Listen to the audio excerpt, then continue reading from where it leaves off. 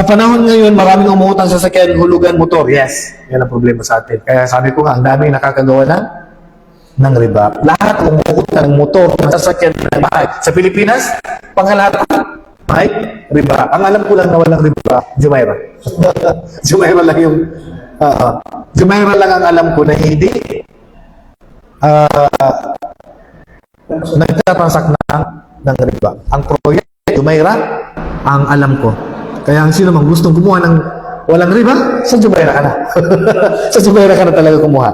Wala silang riba eh. At wala ng patong na penalty. At walang mga hidden charges. So, alhamdulillah, at least meron tayong proyekto o meron tayong kapatid na nagbukas ng ganitong programa na hindi nagre-riba.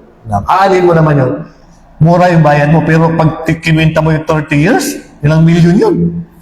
Di ba? Biruin mo, yung binabayaran mo pa lang sa ilang 10 taon, tubo pa lang ngayon. Yung 10 taon binabayaran mo, tubo pa lang ngayon.